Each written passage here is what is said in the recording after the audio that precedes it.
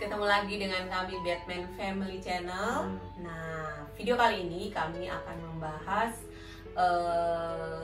ada beberapa teman-teman yang bertanya di YouTube kami, bertanya kok kami bisa tinggal di Jepang, dan maksudnya mereka bertanya bagaimana caranya sampai kami bisa tinggal di Jepang, membawa anak-anak, dan kami ngapain aja sih di Jepang. Nah, pengen tahu kan? Iya, ada banyak yang bertanya, bahkan ada yang DM ke messenger kami, bertanya Instagram kami. Nah, kali ini kami akan menjawab pertanyaannya itu. Nah, oke. Nah, jadi buat teman-teman di rumah, jadi kalau saya bilang ini adalah perjalanan cukup panjang sampai kami bisa di sini. Ya, sekali lagi semua itu karena kebaikan Tuhan. Kenapa kebaikan Tuhan? Kami bisa ada di Jepang ini melalui satu jenis visa yang dibilang visa engineering. Nah, visa engineering ini kalau dulu pertama kali saya pengen mencoba ambil itu sangat sulit. Kalau sekarang kan visa engineering kan bisa melalui LPK atau melalui, kalau dulu kan namanya visa engineering asli itu betul-betul mandiri, itu betul-betul kita punya skill pribadi, skill betul-betul yang dibutuhkan, skill khusus kan ya. Jadi video ini akan saya bahas ada dua cara dulu yang saya tempuh sehingga bisa untuk bisa mendapatkan visa engineering. Jadi yang pertama buat teman-teman ya, dulu sekitar tahun berapa saya lupa, visa engineering itu kan sangat sulit untuk didapatkan. Jadi saya dulu pernah iseng-iseng cari, searching, dan lamar di salah satu ya mungkin job hunter lah, bisa dibilang job hunter ya Mami ya, job hunter. Jadi saya apply CV saya, tapi di situ perlu ditekankan karena jenis mandiri kan, visa engineering untuk mandiri. Iya, kita mau sendiri. Jadi nggak pakai LPK atau yang lain. Jadi kita punya kemampuan, kita ajukan. Jadi syarat yang utama saat saya baca saat itu adalah minimal ya mempunyai jabatan lah di perusahaan yang di Indonesia. Jadi ya puji Tuhan, saya juga waktu pulang dari Kensu ya bukan langsung naik, tapi pelan-pelan sudah ada jabatan. Terakhir adalah megang suatu quality. Jadi saya pikir saya pengen coba, ya kan. Itu syarat pertama adalah minimal dia harus punya jabatan posisi lah. Ya, terus yang kedua yang seingat saya adalah harus mempunyai saat itu adalah Nyorukushikeng JLPT, Nyorukushikeng level 3. Kalau sekarang itu dibandingkan setara dengan N4 kalau nggak salah ya. Jadi, nah dengan syaratnya ini saya pikir bisa lah. Dan juga saya pulang ke Indonesia bahasa Jepang masih kepake kan, kebetulan ya pulang ke Indonesia saya punya perusahaan Jepang, terus bertemu dengan orang Jepang, terus. jadi bahasa Jepang nggak sampai stop, bahkan terus dipakai terus tiap kerjanya, tiap hari dipakai, bahkan jadi translator juga, iseng-iseng jadi interpreter. Jadi ya karena persyaratan itu saya pikir saya pengen coba, ya akhirnya saya lamar dan itu pun dipanggil. Tapi bukan langsung cepat ya, butuh proses, ditunggu berapa lama. Nah, pertama dapat telepon itu dari job hunter, saya senang karena time staff ya, waktu itu namanya time staff. Nah, saya wawancaranya kalau nggak salah sampai 3 kali ya, karena melalui penerimaan yang ngecek data kita. Terus yang kedua yang sekinin, kalau dibilang yang megang betul-betul yang akan bertanggung jawab kita. Terus yang terakhir itu adalah end user yang ada di Jepang nih, yang akan memperkerjakan kita. Nah, 3 step ini saya harus lalui, dan puji Tuhan pertama kedua saya lulus. Nah, memang bukan jodoh saya untuk berapa visa engineering untuk mandiri. Yang terakhir ini end user langsung telepon dari Jepang ke handphone saya waktu saya Indonesia. Itu lulus ya? Pertama kedua lulus, yang ketiga terakhir saya betul-betul ya sangat sedih ya saat itu, karena saya semangat banget untuk pengen ke Jepang, tapi pas begitu yang ketiga nama end user dikatakan tidak lulus. Saya baca itu dia dapat balasan bukan melalui telepon tapi melalui email. Saya translate itu, katanya belum cukup kemampuan, karena yang perlu diketahui saat itu skill betul-betul skill. Karena kita punya kemampuan. Nah ya, karena masuk berhubungan di bidang ya IT. IT. Karena waktu itu mereka butuh khusus di bidang IT. Sedangkan waktu itu pekerjaannya dia untuk bidang IT udah jauh, maksudnya udah nggak terlalu banyak ya. Jadi pas di interview dia tuh waktu di interview sama usernya yang dari Jepang tuh memang ditanyain berapa, ditanyanya tuh berapa kali ditanya, kamu benar-benar masih bisa apa sih komputer, AutoCAD segala macam. AutoCAD, mereka nomor satunya tuh AutoCAD, kamu masih bisa AutoCAD nggak? Dia tuh jawabnya jujur, aku bilang nggak boleh jawab jujur, dia bilang masih bisa, cuman dia udah nggak mendalami kan, jadi udah bener-bener nggak bisa yang tahu banget, tahu tapi nggak tahu banget. Nah dia jatuhnya di situ sih. Jadi ya memang bukan ya dibilang jodoh lah, rencana Tuhan. Jadi akhirnya ya itu visa mandiri itu, visa melalui usaha mandiri. Jadi stop sampai di situ. Dan visa mandiri itu kita nggak keluar duit sepeser pun. Dan gajinya emang tinggi banget ya, karena kerjanya di Tokyo ya. Betul-betul skill yang kita ya bisa dibilang yang kita usahakan, yang kita jual, skill, betul-betul skill. Jadi kita pun mendapat salary yang tinggi, dan juga kita pun tadi dibilang sama saya, tidak ada biaya-biaya lain. Kita cuma betul-betul wawancara, kemampuan akhirnya kerja. Tapi ya itulah saya dibilang bukan jodoh. Jadi saya pikir saat itu adalah ini bukan jodoh.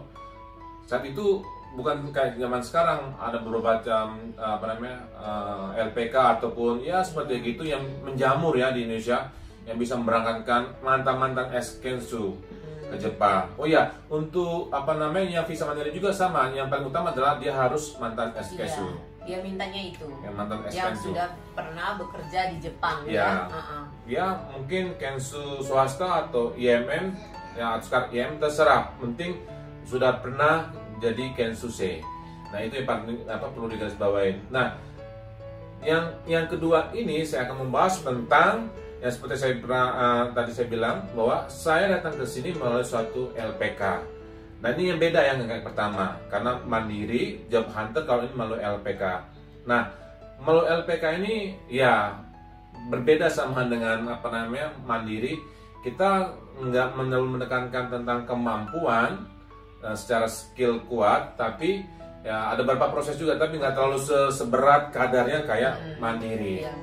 Mandiri. Nah yang pengen saya bahas ini supaya teman-teman yang melihat video ini dan pengen tahu bagaimana kan bisa ke sini. Saran yang pertama itu adalah seperti kayak usaha bisa engineering mandiri, harus bekas Kensu C, itu yang paling utama. Jadi kalau ada pertanyaan yang mungkin dulu waktu saya daftar ada orang iseng, Pak, sama LPK tersebut, kalau saya sudah pernah kabur terus saya pulang baik-baik, bisa nggak Pak? Nggak bisa. Kenapa nggak bisa? Nanti saya akan jawab di syarat berikutnya. Jadi yang pertama buat teman-teman adalah harus mantan Kensu C yang kelar 3 tahun ya. Ini harus dipergawainnya selesai 3 tahun.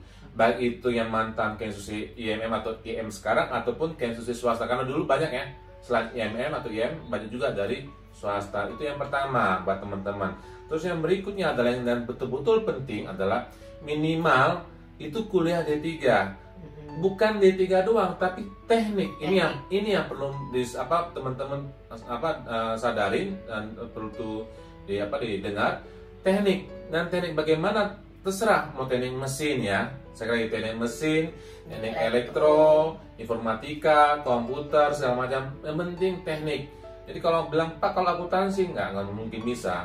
Karena begitu nanti dokumennya sudah terkumpul semua, pasti akan dicek itu. Ini kok bisa bukan teknik. Nah, memang ini syaratnya. Kenapa harus teknik? Ya namanya juga bisa engineering ya. Masa bisa engineering ekonomi kan nanti bertolak belakang.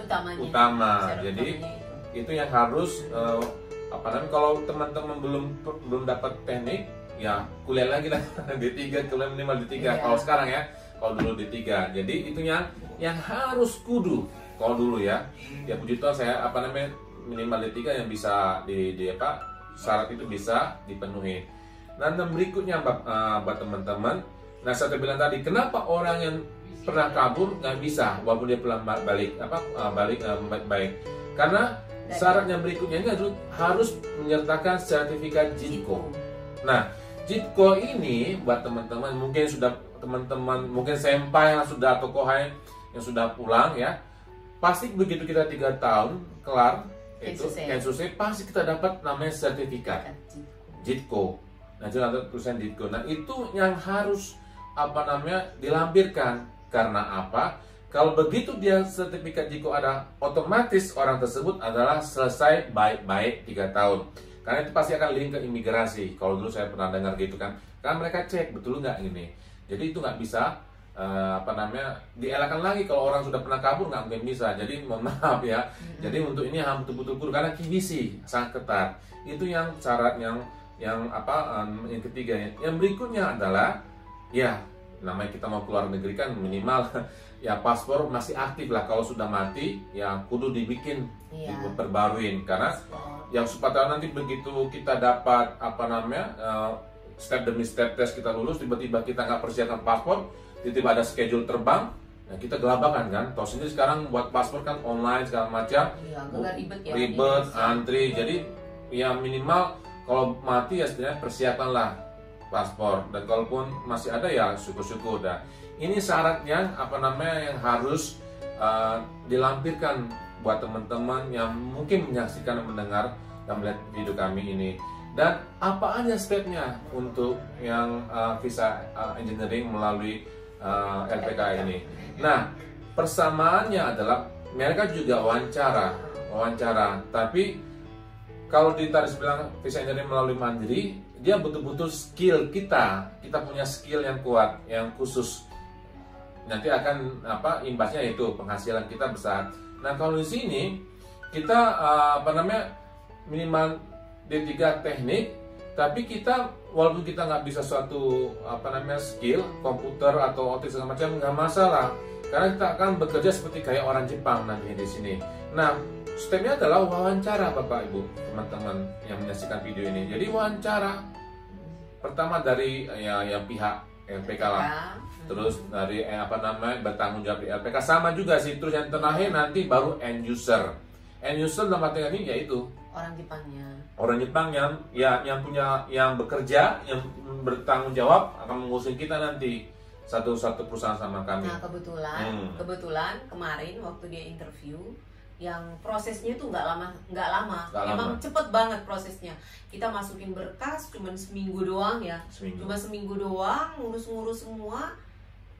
Tapi emang waktu itu di perusahaan di Jepang tuh dia memang butuh banget ya. Dia sangat butuh. Dia sangat butuh. Jadi kita tuh nggak nunggu lama. Prosesnya cepet banget. Cuman seminggu dia ngurus. Terus end usernya yang dari Jepang tuh langsung datang. Mereka langsung interview. Ya. Langsung interview. Dan seminggu kemudian berapa hari kemudian visa eligibility-nya keluar ya. COE-nya keluar ya. Cuman seminggu ya. Cuman seminggu langsung keluar. Seminggu lebih lah karena dia begitu kita wawancara penguasa end user ya, begitu selesai dia sudah tahu nih orang lulus apa, langsung di-apply-kan ke Jepang, makanya seminggu lebih langsung dapat kabar COE turun. Jadi betul-betul prosesnya memang Tuhan lancarkan semua. Prosesnya cepat banget, kita nggak perlu nunggu. Yang lain kan mungkin ya ada yang sudah bertahun sudah daftarin semua nunggu. Kalau kita nggak, emang prosesnya cepet banget, kita nggak nunggu. Padahal waktu itu masih kerja. Sedangkan kan kalau kita kerja, kalau kita mau resign, kita harus nunggu 1 bulan ya. 1 bulan sebelumnya baru kita bisa resmi keluar. Nah, waktu itu nggak bisa karena dia udah harus berangkat. Ya. Jadi antara pro dan kontra ya mau keluar dari perusahaan yang dia waktu di Indonesia gitu. Tapi ya semua prosesnya Tuhan lancarkan semua ya. Jadi itulah mungkin kalau buat teman-teman tanya, Pak berapa atau Bang, karena kita orang Batak, Bang atau Mas, kira-kira berapa sih biayanya, terus berapa biayanya atau segala macam ya, monggo di komen berikutnya. Karena beda-beda karena sekarang saya dengar ada di LPK di Indonesia sudah menjamur ya. Nah, ini juga buat teman-teman untuk betul-betul kreatif dan juga selektif untuk memilih. Karena apa? Kalau dulu zaman saya waktu saya mau berangkat ke sini mungkin hitungan lah ya. Jadi kita betul-betul masih bisa, oh ini fiktif atau apa enggak, dan kita bisa selektif. Kalau sekarang kan banyak banget kan, kita pengen ngebet ke Jepang, jadi kita kadang-kadang mengabaikan nalar kita, udah ke Jepang aja, berarti penipuan. Jadi betul-betul saran saya hati-hati, karena berhubungan sama apa namanya, ya pasti finance kan ya, akan berujung kita bayar itu dan itu. Cuman tetap kalau kita punya satu niat yang bagus, ya kita bawa aja, ya kita berdoa, ya siapa tahu ini betul-betul jalannya ya kehidupan Bapak Ibu, ya itu pasti akan dilancarkan. Jadi kalau mau tahu lebih lanjut atau lebih detail lagi, seperti saya bilang, Pak, gimana caranya, prosesnya bagaimana, terus uangnya berapa, segala macam, silakan monggo, supaya nanti kita lebih buat lagi, lebih kreatif lagi buat konten atau video yang mungkin yang berikutnya tentang bahas ini. Karena ini ya menurut saya menarik sih, karena beberapa teman juga bilang, ayo dong buat ya. Iya. Karena kan visa engineering ini kenapa orang-orang suka ya, yang khususnya tuh bekas-bekas Kensu kan rugi.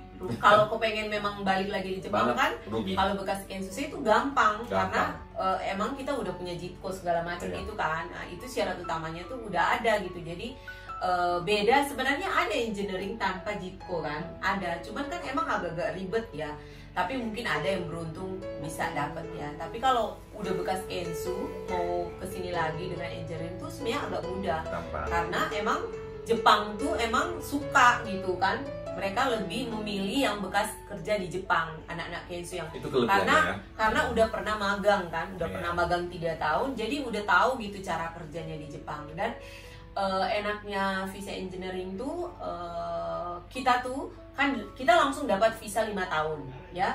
Kita langsung dapat visa 5 tahun, dan yang paling enaknya tuh kita bisa bawa keluarga. Jadi istri sama anak.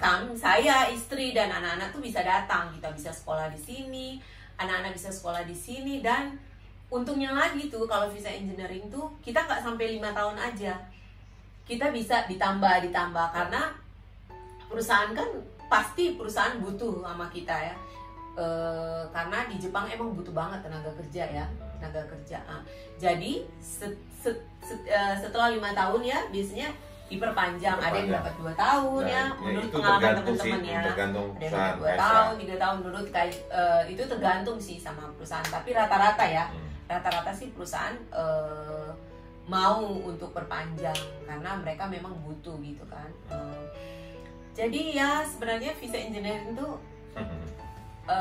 kalau orang-orang ngomongnya, nah apa cukup nggak gajinya gitu kan ya, apa cukup nggak sih gajinya untuk membiayai anak-anak, dan kami jawab dengan pasti dan yakin bahwa cukup ya, cukup, dan bahkan kita bisa nabung bahkan, karena jujur dia dulu kerja di Indonesia sudah lumayan ya, bagus ya kerjaannya, dan tapi apa sih, karena biaya sekolah di Indonesia kan sangat mahal ya, jadi kita mikirnya ke situ. Dan setelah di sini biaya sekolah anak-anak sangat murah, dan kita dibantu ya sama pemerintah Jepang, dan pokoknya it's the best deh.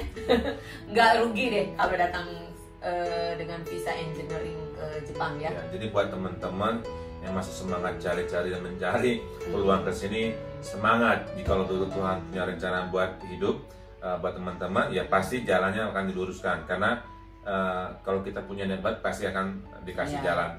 Satu hal lagi, yang mungkin buat jadi motivasi buat teman-teman, kalau semua nanti sudah sampai di sini, apa yang kita alami waktu kita Kensu tuh jauh berbanding terbalik. Kalau dulu kita Kensu, ya kita naik sepeda, kita goes segala macam. Kalau di sini bisa engineering, kelebihannya itu kita bisa ngurusin, kita bisa punya mobil, kita bisa ya setidaknya waktu kita kemarin 3 tahun berbeda kita rasakan. Jadi itu mungkin mendengarkan ini, melihat ini mungkin jadi motivasi. Saya pengen, mungkin teman-teman bisa lihat juga di video-video mungkin di YouTube yang lain sama, tapi itu jadi motivasi, tetap semangat untuk menjadi suatu lebih baik buat kehidupan teman-teman.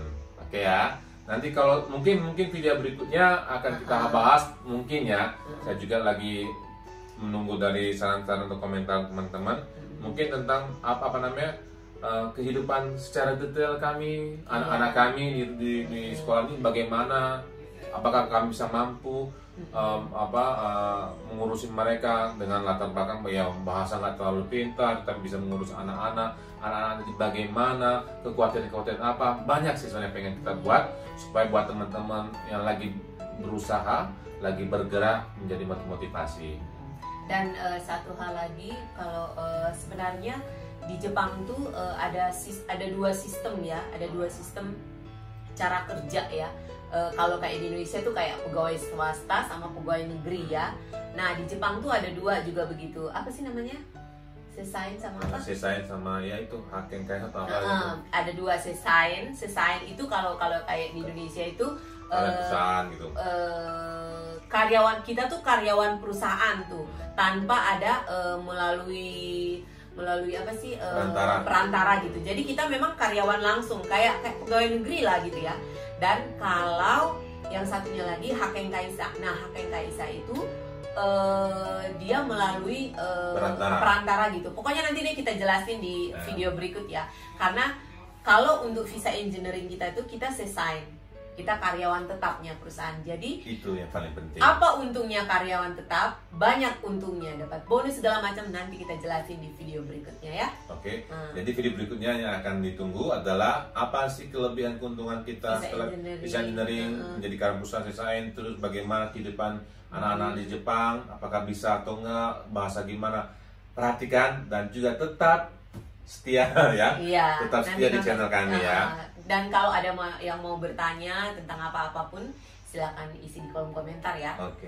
Jangan lupa di like, komen, dan mungkin share ke teman-teman yang membutuhkan informasi tentang visa engineering atau bagaimana sih kerja di Jepang kan. Oke. Ya, semoga video kami ini bisa bermanfaat dan tetap semangat untuk yang mau ke Jepang. Jangan khawatir karena di Jepang tuh is the best ya. Gambatte kudasai. Gambatte kudasai. God bless you. Bye bye. Yoroshiku.